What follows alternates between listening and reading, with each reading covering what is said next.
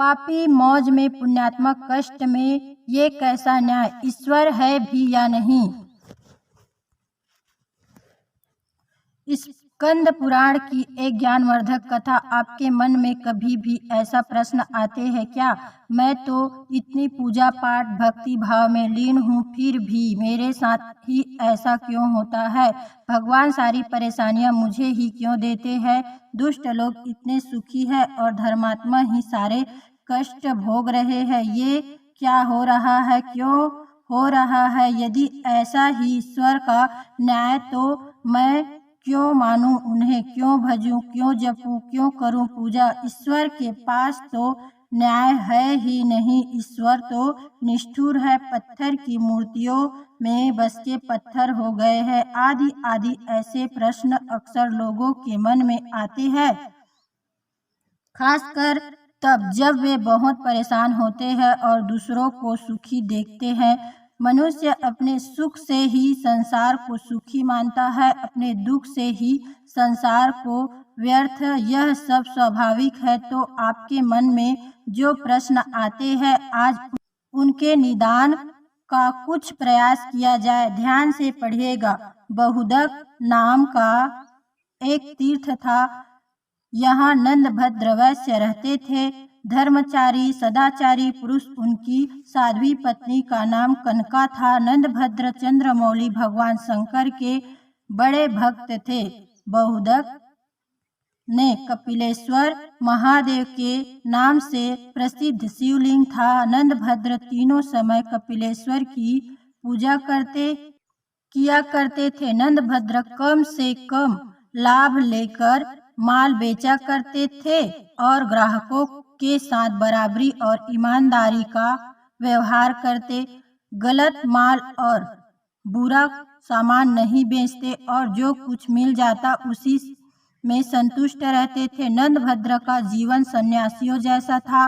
सब नंदभद्र का सदाचारी संपन्न सुखमय जीवन की प्रशंसा करते। नंदभद्र के पड़ोस में रहने वाला सत्यव्रत, जो बड़ा ही नास्तिक एवं दुराचारी था, उनसे जलता था। सत्यव्रत चाहता था कि किसी प्रकार नंदभद्र का कोई दोष दिख जाए तो उसे धर्म के मार्ग से गिरा दूं।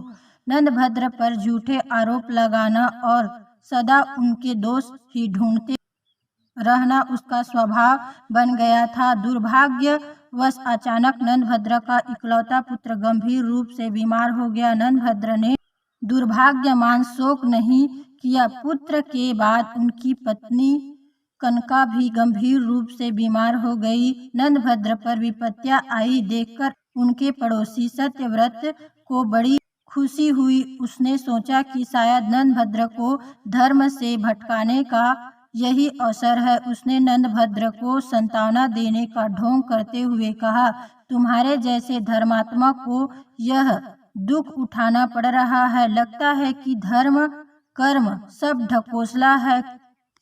कई बार सोचा कि मैं तुमसे कहूँ, पर संकोचवश कहा नहीं। दिन में 3 बार पूजा स्तुति सब व्यर्थ है। भैया नंदभद्र, धर्म के नाम पर क्यों इतना कष्ट उठाते हो? जब से तुम इस पत्थर पूजन में लगे हो तब से कोई अच्छा फल तो मिला नहीं। इकलौता पुत्र और पत्नी दोनों बीमार है। भगवान होते तो क्या ऐसा फल देते? पुण्य और पाप सब कुछ कल्पना है। नंदभद्र, तुम्हें तो मेरी यही सलाह होगी कि झूठे धर्म को छोड़ आनंद पूर्वक खाओ पियो और भोगो। यही सत्य है। सत्यव्रत की बातों का नंदभद्र पर कोई प्रभाव न पड़ा। वह बोले, सत्यव्रत जी, आप अपने आप को ही धोखा दे रहे हैं। क्या पापियों पर दुख नहीं आते? क्या उनके पुत्र स्त्री बीमार नहीं होते?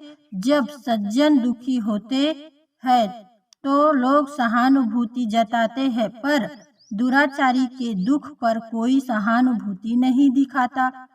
अतः धर्म पालन करने वाले ही ठीक है।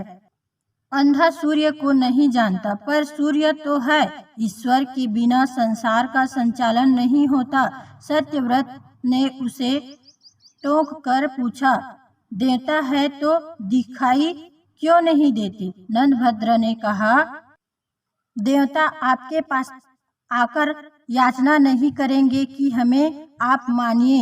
बातचीत बहस में बदलने लगी। नंदभद्र अधिक विवाद नहीं चाहते थे, उठकर चले गए, पर उनके मन में यह विचार आया कि भगवान सदाशिव का साक्षात दर्शन करके पूछूं, आपके बनाए संसार सुख दुख जन्म मरण आदि क्लेश क्यों हैं? यह दोष रहित क्यों नहीं है? नंदभद्र शिव मंदिर आए, कपिलेश्वर लिंग की पूजा, भगवान के आगमन की प्रतीक्षा करने लगे। सोच लिया कि जब तक भोलेनाथ दर्शन नहीं देंगे तब तक मैं ऐसे ही खड़ा रहूंगा। लगातार 3 दिन और 3 रात नंदभद्र वैसे ही खड़े रहे। चौथे दिन एक बालक उस मंदिर में आया। वह गलित कुष्ठ का रोगी भयानक पीड़ा से कराह रहा था। उसने नंदभद्र से पूछा, आप इतने सुंदर और स्वस्थ हैं, फिर भी आप दुखी क्यों लग रहे हैं? नंदभद्र ने अपना संकल्प उसे बताया। बालक ने कहा, अनचाहे का मिलना और मनचाहे का बिछड़ना, इससे मानसिक कष्ट होता है। रोग और परिश्रम से शरीर को कष्ट होता है। मानसिक कष्ट से शारीरिक कष्ट होता है, और यदि शरीर में कष्ट हो तो मानसिक कष्ट होना स्वाभाविक ही है। दोनों एक दूसरे के साथ जुड़े हुए हैं। फिर क्या किया जाए? नंदभद्र ने पूछा। बंधु और औषधि से शारीरिक कष्ट दूर होते हैं, पर मानसिक कष्ट तो ज्ञान से ही दूर होता है। मानसिक को यदि ज्ञान की सही खुराक दी जाए तो वह कष्ट मुक्त हो जाता है। बालक से ज्ञान भरी बात सुनकर नंदभद्र ने फिर पूछा, ज्ञानी बालक, आपकी बात से सहमत हूँ, पर एक प्रश्न है। इस लोक में पापी मनुष्य भी इतनी धनी और सुखी क्यों होते हैं, जबकि उन्हें तो उनके कर्मों के कारण कष्ट में होना चाहिए था? भगवान के विधान में यह दोष क्यों?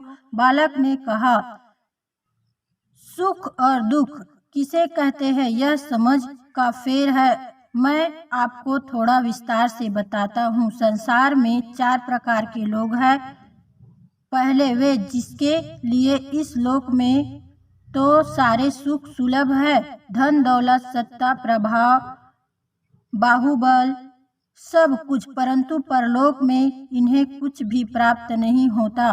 उनके पूर्व जन्म के जो पुण्य शेष है उसे वह इस लोक में भोग रहे हैं, लेकिन वे नए पुण्य नहीं कमाते। ऐसे लोगों का सुख भोग केवल इसी लोक तक है। अगले जन्म के लिए वे कुछ शेष छोड़कर नहीं जा रहे, तो उनका अगला जन्म बिल्कुल उसी रूप में होगा जिसे देखकर आज वे कांपने लगे।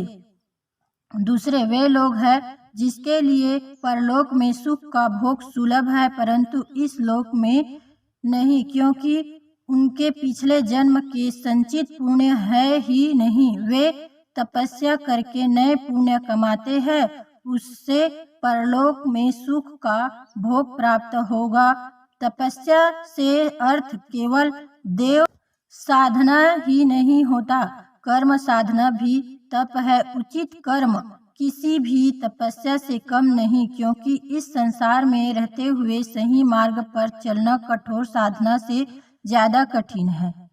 तीसरा, वे लोग जिनके लिए इस लोक में भी और परलोक में भी सुख भोग मिलता है, क्योंकि उसका पहले का किया हुआ पुण्य भी विद्यमान है, और इस लोक में आकर भी वे उत्तम मार्ग का अनुसरण करते हुए कर्म तप में नए पुण्य बनाते रहते हैं। ऐसे लोग कोई ही होते हैं।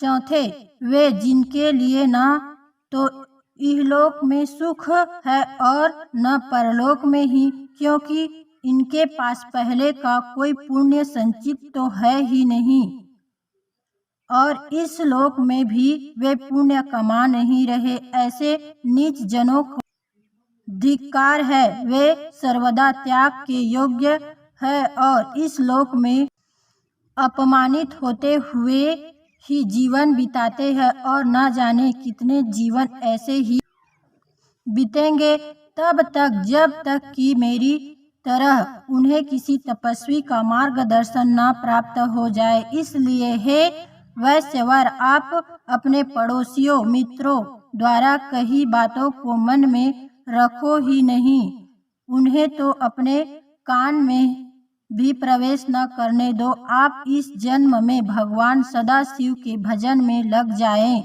जिससे आप जन्म के बंधन से ही मुक्त हो सकते हैं। एक छोटे बालक के मुख से ऐसी ज्ञानमयी और रहस्य पूर्ण बातें सुनकर नंदभद्र बड़े प्रसन्न हुए। उनका सारा भ्रम, सारी शंका का निवारण हो चुका था। उन्होंने चकित होकर पूछा, आप कौन हैं? अपना परिचय दे। आप यहाँ कैसे पधारे हैं? आपने मेरे सब संदेहों को दूर कर दिया। इतनी कम आयु में इतना ज्ञान आपको कैसे सुलभ हुआ? बालक ने कहा, पूर्व जन्म में मैं अहंकारी, पाखंडी, व्याभिचारी था, जिसके चलते मैं वर्षों से नीच योनियों में भटका। भगवान व्यासदेव की ऐसी कृपा की वे हर योनि में मुझे मुक्ति मार्ग बता देते हैं। उन्होंने ही मुझे आपके पास भेजा है। अब मैं 7 दिन के बाद इसी तीर्थ में मरूंगा। आप मेरा अंतिम संस्कार कर दीजिएगा। वैश्यवर, ज्ञान का आयु से कोई बंधन नहीं है। ईश्वर को जिसे ज्ञान प्रदान करना होता है, जिसे माध्यम बनाकर उसे अपने भक्तों को जागृत कराना होता है, उसे चुन लेते हैं। वह कोई भी हो सकता है। मेरे जैसा कुष्ठ पीड़ित जीव भी अतः सहज भाव से स्वीकार करना चाहिए और ज्ञान जिससे भी मिले उसके प्रति विनीत रहना चाहिए। ऐसा करने से ईश्वर सदा आपको ज्ञानवान बनाए रखते हैं, किसी न किसी को भेजते रहते हैं। इतना बताकर उस बालक ने सूर्य मंत्र का जाप करना आरंभ किया। कुष्ठ के निवारण के लिए सूर्य मंत्र का जाप ही किया जाता है। भगवान श्री कृष्ण के पुत्र सांबा ने भी सूर्य की उपासना से कोढ़ से मुक्ति पाई थी। 7वें दिन उस बालक ने अपने प्राण त्याग दिए। नंदभद्र ने विधि पूर्वक उसका अंतिम संस्कार किया। नंदभद्र को जीवन की सच्चाई और सार्थकता का बोध हो गया था। शेष जीवन उन्होंने भगवान शिव और सूर्य की उपासना में लगा दिया तथा अंत में जीवन मरण से मुक्ति पाकर भगवान शिव साक्षात प्राप्त किया। स्कंद पुराण की कथा। स्कंद पुराण की इस कथा से आपके मन के बहुत से भ्रम दूर हुए होंगे। ऐसी ही आशा है। आपको जीवन में क्या मार्ग अपनाए रखना और उनका भी संकेत मिला होगा। पुराणों की कथाओं में जीवन के अनमोल रहस्य सांकेतिक रूप में दिए गए हैं। वीडियो के माध्यम से मैं यही प्रयास करता हूँ कि कथा से ज्यादा कथ्य यानी कि जो बात कहने की कोशिश की गई होगी उसे समझा जाए, बताया जाए, अपनाया जाए। जय जय श्री राम। हर हर महादेव। दोस्तों, नई और अच्छी मोटिवेशनल, पारिवारिक, रोचक, दिल छू लेने वाली कहानियों और पौराणिक कथाओं को जानने के लिए आप मेरे YouTube channel voice of Nandini को सब्सक्राइब अवश्य करें ताकि जो भी वीडियो अपलोड करूं वो सबसे पहले आपके पास पहुंचे। धन्यवाद।